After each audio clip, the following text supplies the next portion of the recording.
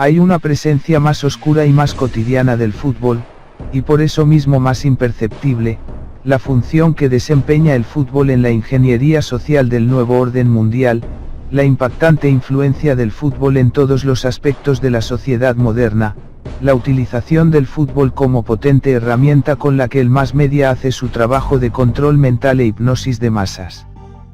Esta importancia del fútbol va más allá de la función del clásico circenses para el pueblo o, al menos, nunca antes ninguna fuerza imperial dispuso de los potentísimos medios de los que se sirve este moderno coliseo global. Si el fútbol fuera un juego, nada alrededor del mismo podría ser cuestionable. Sería tan solo un entretenimiento, y nadie sería tan ingenuo como para atacar una inocente distracción lúdica. Nada hay de insalubre en la diversión, al contrario, tampoco en el entretenimiento, ni en la distracción. Por nuestra parte, no encontramos nada censurable en que una persona se entretenga con un partido de fútbol. No obstante, el hecho de que millones de personas aparenten elegir el mismo partido de fútbol como único entretenimiento posible, puede parecer sospechoso. Más sospechoso aún resulta que los noticiarios televisivos y periódicos dediquen al menos un tercio de su tiempo y espacio al fútbol. Muchísimo más sospechoso resulta que ciertos partidos de fútbol sean verdaderos actos oficiales a los que asisten jefes de Estado, primeros ministros y familias reales. Pero, en verdad, lo que supone ser delatador es comprobar la brutal huella que ha dejado el fútbol en la sociedad moderna, la función que aquel tiene en esta, y la cantidad de energía que moviliza algo en apariencia tan inocente como un juego. He aquí la primera declaración: el fútbol no es un juego. Todo lo aquí expuesto está lejos de ser un juego. Y al referirse al aspecto oculto del fútbol, no vamos a aludir a lo sucio que por ser sucio no deja de ser ampliamente conocido. Resulta famosa y asumida como algo habitual, la costumbre europea de utilizar el fútbol como una forma de blanquear dinero, bien de grandes grupos constructores, bien de personalidades relacionadas con el tráfico de sustancias ilegales y otros negocios ilícitos. Que el deporte en general y el fútbol en particular sean lavadoras de capital, lo sabe todo el mundo, y si alguien tiene alguna duda, ahí están los sacos rotos de Silvio Berlusconi en 1995, Jesús Gil en 2002, y más recientemente los casos de Kia Joorabchian, Alexandre Martins, Reinaldo Pitta, o las conocidas relaciones con la mafia de Roman Abramovich. La cara oculta del fútbol tampoco es el hecho ya divulgado de que la organización internacional que administra este deporte, la FIFA, esté supuestamente carcomida por la corrupción, así como ha denunciado el periodista Andrew Jennings. Tampoco lo es la archiconocida dependencia del fútbol con las grandes multinacionales textiles deportivas que manufacturan sus productos en estados taller con los que pactan condiciones infrahumanas para sus trabajadores. Nada de esto resulta ser el aspecto oculto del fútbol, solo parte de su cloaca, bien asumida, bien disimulada, bien perfumada, pero por todos conocida.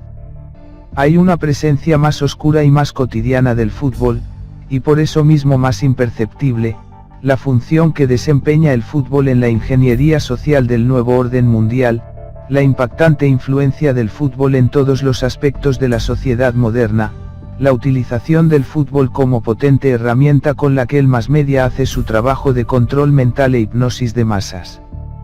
Esta importancia del fútbol va más allá de la función del clásico circenses para el pueblo o, al menos, nunca antes ninguna fuerza imperial dispuso de los potentísimos medios de los que se sirve este moderno coliseo global. Todos los grandes grupos de mass media tienen dos prensas especializadas que nunca faltan como periódicos de tirada regular, el económico y el deportivo. Si este gran grupo es europeo, ya sabemos a lo que dedica más de un tercio de su trabajo, a informar sobre fútbol. Por supuesto, nada de esto es casual, ni es fruto de un noble amor por el deporte. El interés que hace del deporte y del fútbol lo que es poder desarrollar una plataforma de manipulación social solo comparable en Europa con las dos que en este capítulo se han tratado. En el caso concreto del fútbol, Las principales funciones que desempeña en esta ingeniería social se pueden dividir en los siguientes 3 puntos. Función 1. A través del fútbol, se fijan e imponen los modelos filosóficos, comportamentales, estéticos, e incluso, de pura peluquería, que aspiran a ser aplicables a todas las razas, condiciones y edades de la nueva sociedad moderna. Así, el futbolista de élite se presenta como un moderno Aquiles de plástico y gomina, un héroe vaciado de heroísmo que se convierte en un mero maniquí del perfecto triunfador global, una deidad invertida llevada al panteón publicitario de la moda pasajera. No hay nadie en Europa tan socialmente valorado como un futbolista de élite. Se trata de alguien conocido por muchas personas, que gana mucho dinero marcando muchos goles y ganando muchos partidos. Se trata de un auténtico campeón de la cantidad. El objetivo final de esta figura sería integrarla en la cultura pop y todo el abanico publicitario. El primer ejemplo triunfante de este completo modelo global fue David Beckham. Tras este triunfo, le siguieron muchos otros como Freddie Ljungberg, Thierry Henry o Cristiano Ronaldo, todas figuras perfiladas en la Barclays Premier League inglesa. Sin embargo, si estos iconos comportamentales son de utilidad en la ingeniería social europea, lo son muchísimo más en las sociedades llamadas tercermundistas. Si en los países desarrollados, los modelos impuestos son potentes influencias comportamentales y la juventud los imita, en los países más pobres el modelo del futbolista se convierte en la única oportunidad de integración social para millones de niños y adolescentes. Poco importa el hecho de que esta oportunidad sea una ilusión, y que solo un porcentaje residual tenga acceso a una mínima profesionalidad como futbolista. Este es el único sueño impuesto a chavales de la África rural, el extrarradio porteño o la favela brasileña. Su situación desesperada de acorralamiento hace que se depositen todas las energías en la única vía de escape concebible. En esta situación, es donde la FIFA, a través de su proyecto Goal, trabaja en enternecedoras campañas filantrópicas en las que se regalan a las poblaciones más pobres, pelotitas de fútbol y camisetas firmadas por el astro de turno. Esta misma filantropía es la que ocultan proyectos caritativos de corporaciones deportivas en África, así como el patrocinio de clubes de fútbol por parte de potentes ONGs y plataformas de la ONU como UNICEF. Todo busca un objetivo: esperanzar ilusoriamente con los encantos del prestigio social del futbolista de élite. Se trata de imponer una única vía de supervivencia, una vía que saca de una miseria para llevar a otra miseria diferente, una vía que permite pasar de la desnutrición a las mansiones grotescas, los coches deportivos de lujo, y la prostitución de alto standing. Se entenderá fácilmente que todo este entramado solo genera, a unos y a otros, tanto al individuo como socialmente, un único sentimiento: frustración. Esta frustración resultará clave para la función que exponemos en el siguiente punto. Función 2. Otra función que el fútbol desempeña, esta con respecto al aficionado, es una bien reconocible: la canalización de la tensión nerviosa hacia una actividad estéril. Así, a través de los medios de comunicación, todo el descontento, la insatisfacción y la rebeldía que podrían motivar un cuestionamiento crítico por parte del individuo, van destinados a la afición futbolística. Se entenderá así por qué los más fervientes aficionados al fútbol son los individuos más alejados de cualquier práctica deportiva. La energía destructiva generada en el individuo por la vida moderna, es condensada en 90 minutos de odio. Durante ese tiempo, el pacífico ciudadano puede insultar, juzgar, reclamar, patalear y criticar a su antojo, siempre dentro del contexto ad hoc, el fútbol. Así, la agresividad no es en ningún caso sublimada, muy por el contrario, solo es concentrada y dirigida hacia una pasión yerma y absurda. Resulta natural que al pretender controlar y manipular la energía nerviosa de la masa de semejante forma, muchas veces el fútbol acabe en episodios de violencia. Esta es la estructura de la pasión futbolística, que a su vez desempeña una tercera función en la ingeniería social del nuevo orden mundial. Función 3. La afición al fútbol de clubes, el pertenecer a un equipo, el sentir los colores supone ser un ejercicio devocional cuanto menos curioso. Se trata de apoyar sentimentalmente a un colectivo sin ideología, sin ninguna base de cohesión intelectual, sin ninguna identidad natural, que no representa ya a ninguna raza, pueblo o ciudad, que no está unido por valor común alguno, y que solo tienen una única finalidad bien explícita, la victoria consistente en superar al rival en un parcial numérico. El fanatismo por un club de fútbol cualquiera tiene su calco en el mundo empresarial, el fanatismo corporativista. Este reflejo puede confundirse completamente cuando se ve a algunos clubes cotizando en bolsa. Un hincha de un equipo cualquiera y un perfecto trabajador corporativista aspiran a la misma cosa: participar en el éxito, bien en forma de goleada, bien en forma de beneficio económico, de una entidad que les es ajena personalmente, a la cual pertenecen desde un anonimato numérico. Y esa es la tercera función que desempeña el fútbol en el nuevo orden mundial: entrenar a la población en el fervor descerebrado, en la devoción mística del Cordero, en la lealtad del rebaño, es decir, en el fanatismo corporativista. Por lo tanto, estas suponen ser las funciones del fútbol resumidas en 3 puntos. Les habrá que se pregunten por qué precisamente es el fútbol el deporte escogido y no otro.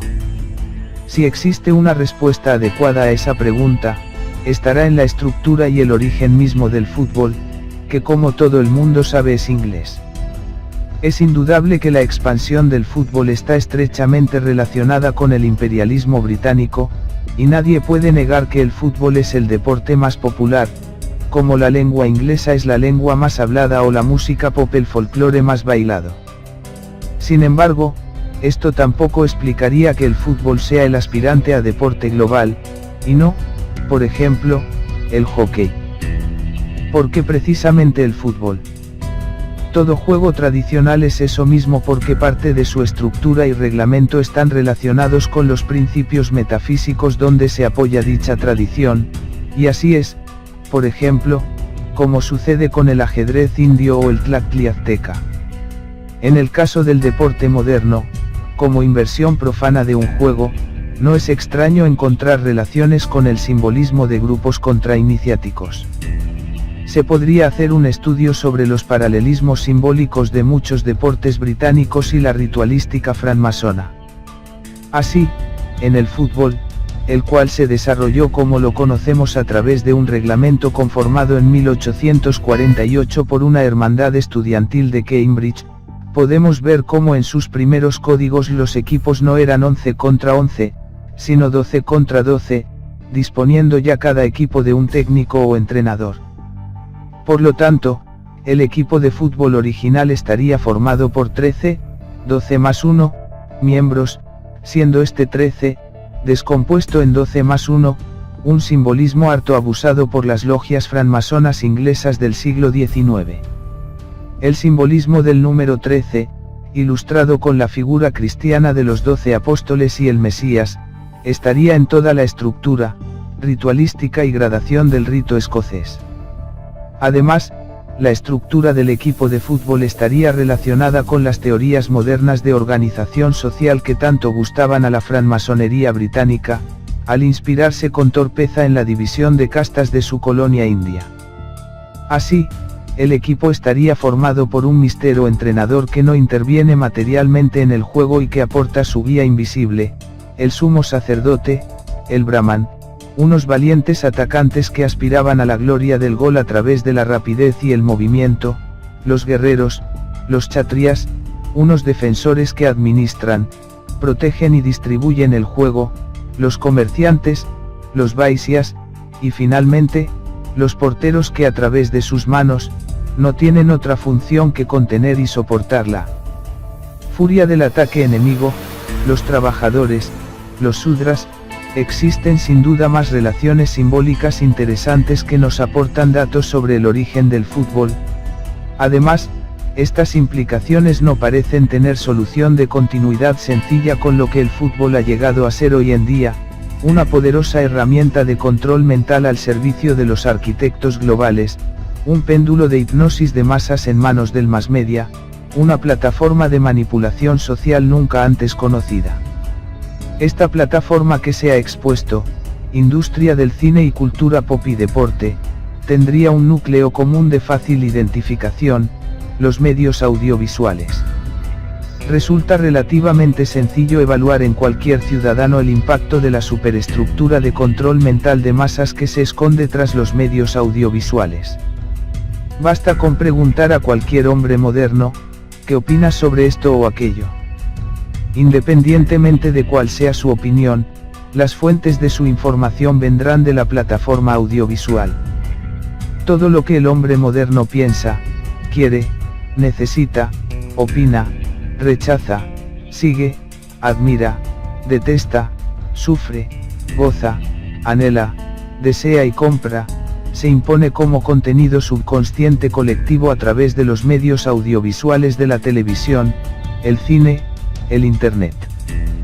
Fuera de esa estructura, no hay nada más allá de la limitada percepción concreta de su día a día en la sociedad moderna, el desayuno, el trabajo, el transporte, sus vecinos.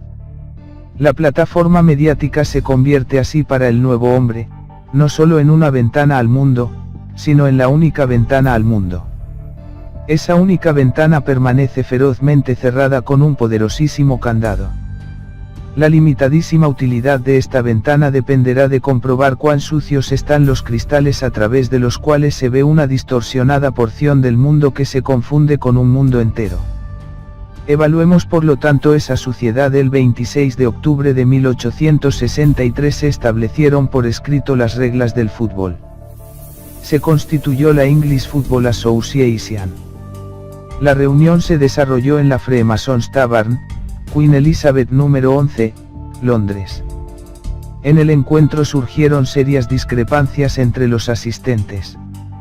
Un sector, encabezado por los representantes de la ciudad de Rugby, fue partidario de permitir el uso de las manos en la práctica del juego, pero el grupo liderado por la ciudad de Harrow se inclinó por permitir exclusivamente el uso de los pies y la cabeza. Los delegados favorables a permitir el uso de las manos se retiraron de la reunión y establecieron las bases del deporte al que llamaron rugby. En las deliberaciones de la Freemasons Tavern se acordó entonces que el fútbol sería un deporte de equipo jugado entre dos conjuntos de 11 jugadores cada uno y 4 árbitros para que se cumplan las normas. El terreno de juego sería rectangular, de césped natural o artificial, con un arco a cada lado del campo. El objetivo del juego sería el desplazamiento de una pelota con cualquier parte del cuerpo que no sean los brazos o las manos, y mayoritariamente con los pies, para intentar introducirla dentro del arco oponente. Esa acción se denominaría gol. El equipo que lograra más goles al cabo del partido, de una duración de 90 minutos, sería el ganador. Entre los principales promotores del nuevo deporte se encontraban masones que eligieron para la reunión la Freemasonese Tavern, taberna de los francmasones.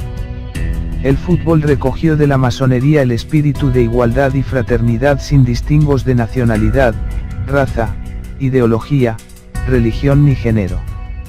La tribuna es el punto de encuentro donde el aficionado aplaude o recrimina por igual al negro Pelé, al blanco Messi, respeta por igual al jugador católico que se persigna cuando entra a la cancha, al evangélico que invoca a Cristo después de anotar un gol o al jugador que baila para festejar una conquista.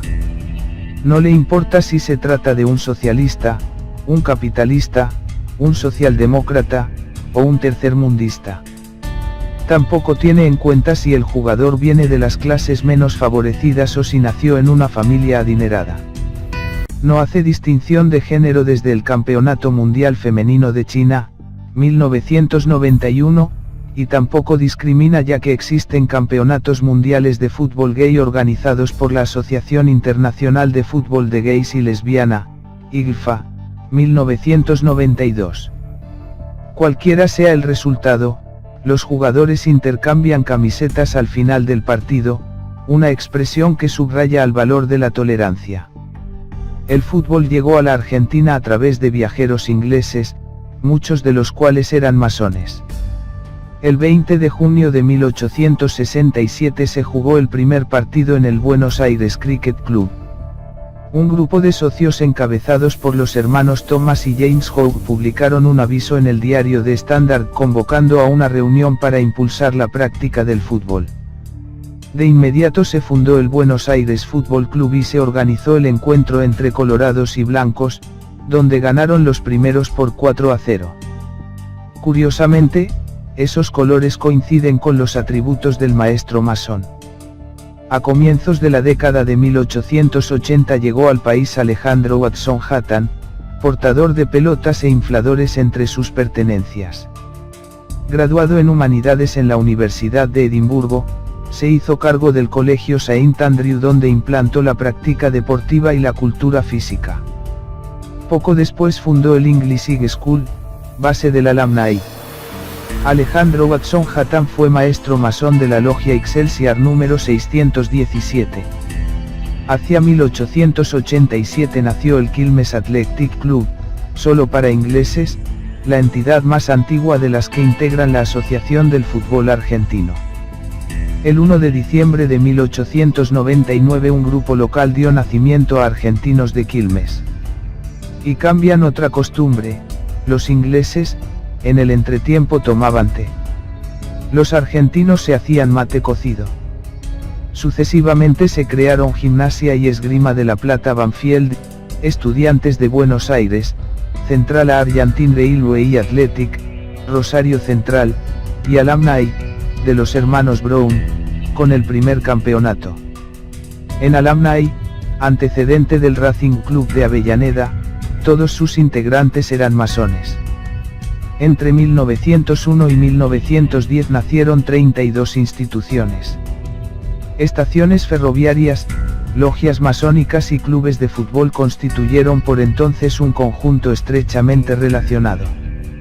Sucedió otro tanto con la inmigración italiana afincada en el barrio de La Boca, a orillas del Riachuelo, en la ciudad de Buenos Aires. Hijo de las logias de inmigrantes peninsulares afincadas en la sede de Suárez 465, Figli de Italia, Liberi Pensatori, entre otras, nació River Plate, el 25 de mayo de 1901, tras la fusión de las pequeñas entidades Santa Rosa y La Rosales. Su primera cancha estuvo en Sarandí, coincidente con la línea ferroviaria del sur bonaerense. En su libro autobiográfico, el Dr. Leopoldo Baardi, maestro masón, prestigioso médico, reconocido orador, seguidor de Hipólito Yrigoyen desde la primera hora, diputado nacional y luego presidente del bloque de diputados nacionales de la UCR, 1922 a 1930, también recuerda su paso como fundador, primer capitán y presidente del Club Atlético River Plate. La presencia de funcionarios y empleados ingleses en el desarrollo ferroviario argentino favoreció la creación de logias en las cercanías de las estaciones, según revela el mapa masónico argentino de las primeras décadas del siglo XX. Los nombres se repetían cuando se trataba de estaciones, logias y clubes de fútbol. La masonería argentina recuerda hoy el nacimiento del fútbol, el deporte que apasiona a millones de personas esparcidas sobre la faz de la tierra. Sus reglas fueron escritas hace 149 años en la taberna de los francmasones de Londres.